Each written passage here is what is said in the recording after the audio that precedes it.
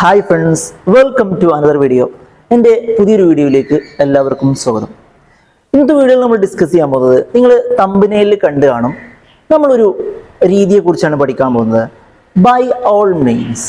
By all means ഇംഗ്ലീഷിൽ ഒരുപാട് ഉപയോഗിക്കുന്ന അല്ലെങ്കിൽ ധാരാളമായി നമ്മൾ കേൾക്കുന്ന ഒരു ഫ്രേസാണ് ബൈ ഓൾ മീൻസ് എന്ന് പറയുന്നത്. ഓക്കെ, അപ്പോൾ എന്താണ് ഈ ബൈ ഓൾ മീൻസ്, എന്തിനു വേണ്ടിയിട്ടാണ് ഇത് ഉപയോഗിക്കുന്നത്, എങ്ങനെയാണ് ഇത് സെന്റൻസിൽ ഉപയോഗിക്കേണ്ടത് എന്നുള്ളതിനെ കുറിച്ചൊക്കെയാണ് നമ്മൾ ഡിസ്കസ് ചെയ്യാൻ പോകുന്നത്. അപ്പോൾ നമുക്ക് എന്ത് ചെയ്യാം, സമയം കളയാതെ വീഡിയോയിലേക്ക് പോവാം.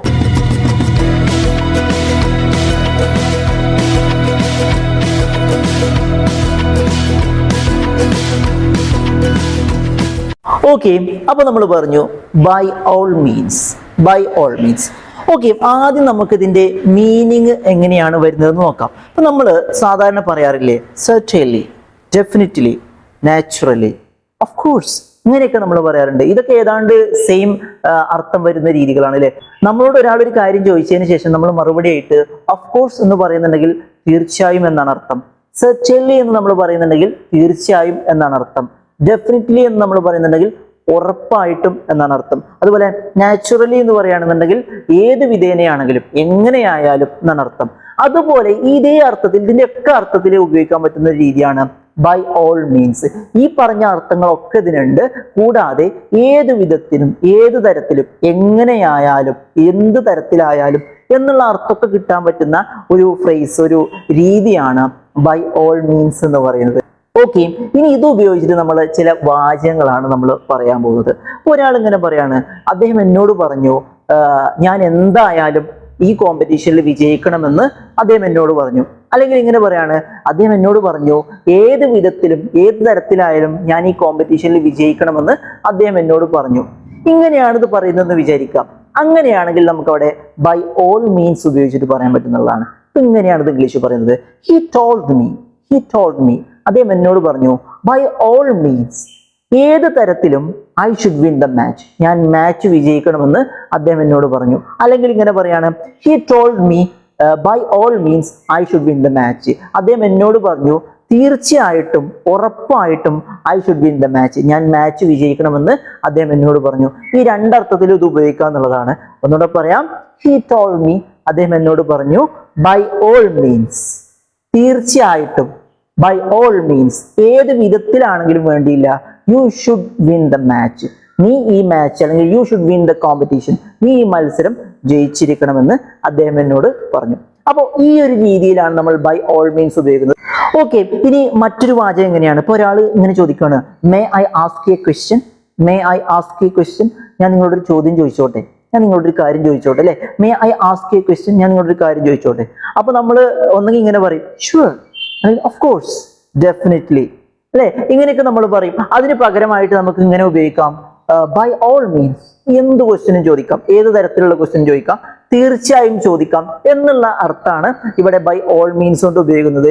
ബൈ ഓൾ മീൻസ് എന്ന് പറഞ്ഞാൽ നമ്മൾ അവർക്ക് ഭയങ്കരമായ ഒരു പെർമിഷൻ കൊടുക്കുകയാണ്. ബൈ ഓൾ മീൻസ്, ഓ തീർച്ചയായും, എന്ത് തരത്തിലുള്ള, തീർച്ചയായിട്ടും എന്ത് തരത്തിലുള്ള ക്വസ്റ്റ്യൻ ചോദിക്കാം, എങ്ങനെയായാലും വേണ്ടില്ല, ചോദിച്ചോളൂ എന്നുള്ള രീതിയിലാണ് ഇവിടെ ബൈ ഓൾ മീൻസ് ഉപയോഗിച്ചത്. അപ്പൊ may I ask A question, ഞാൻ നിങ്ങളോട് ഒരു ചോദ്യം ചോദിച്ചോട്ടെ. അപ്പൊ നമുക്ക് യെസ് എന്ന് പറയാം, ഓഫ് കോഴ്സ് എന്ന് പറയാം, ഷുവർ എന്ന് പറയാം. ഇന്ന് മുതൽ നിങ്ങൾക്ക് ഇങ്ങനെയും പറയാം, ബൈ ഓൾ മീൻസ്, ഇങ്ങനെയായാലും കുഴപ്പമില്ല, നിങ്ങൾ ചോദിച്ചോളൂ. യെസ്, അപ്പോൾ ഇങ്ങനെയാണ് ബൈ ഓൾ മീൻസ് ഉപയോഗിക്കുന്നത്. ഓക്കെ, ഇനി അടുത്തൊരു വാചകം എന്ന് പറയുന്നത് ഇങ്ങനെയാണ്. ഇപ്പൊ ഒരാൾ ഇങ്ങനെ ചോദിക്കുകയാണ്, നീ ഭയങ്കര ബുദ്ധിമാനാണെങ്കിൽ ഏത് തരത്തിലും നീ ഇത് സോൾവ് ചെയ്യണം, നീ ഭയങ്കര ബുദ്ധിമാനാണെങ്കിൽ ഏത് തരത്തിലും നീ ഇത് സോൾവ് ചെയ്യണം എന്ന് പറയാണ്. എങ്ങനെയാ അത് ഇംഗ്ലീഷ് പറയാ? If you are intelligent by all means you should solve this. Yes, if you are intelligent, നീ ഭയങ്കര ബുദ്ധിമാനാണെങ്കിൽ ബൈ ഓൾ മീൻസ്, ഏത് വിധത്തിലും തീർച്ചയായിട്ടും ഉറപ്പായിട്ടും യു ഷുഡ് സോൾവ് ദിസ്, നീ ഇത് സോൾവ് ചെയ്യണം. നീ ഭയങ്കര ബുദ്ധിമാനാണല്ലോ, ഇഫ് യു ആർ ഇന്റലിജന്റ്, നീ ഭയങ്കര ബുദ്ധിമാനാണെങ്കിൽ by all means you should solve this, തീർച്ചയായും നീ ഇത് സോൾവ് ചെയ്യണം. അങ്ങനെയാണല്ലോ അതിന്റെ നിയമം. ബുദ്ധിമാന്മാരാകുമ്പോൾ പിന്നെ എന്ത് സോൾവ് ചെയ്യണമല്ലോ. ബൈ ഓൾ മീൻസ്, തീർച്ചയായും യു ഷുഡ് സോൾവ് ദിസ്, നീ ഇത് സോൾവ് ചെയ്യണം.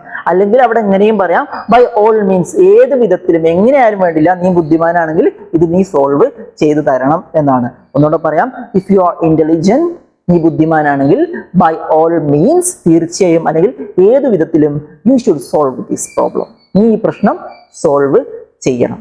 ഓക്കെ, ഇനി മറ്റൊരു സെന്റൻസ് എങ്ങനെയാണ്? ഓക്കെ, ഒരാൾ ഇങ്ങനെ പറയാണ്, തീർച്ചയായും 7 മണിക്കുള്ളിൽ ഞാൻ അവിടെ എത്തും.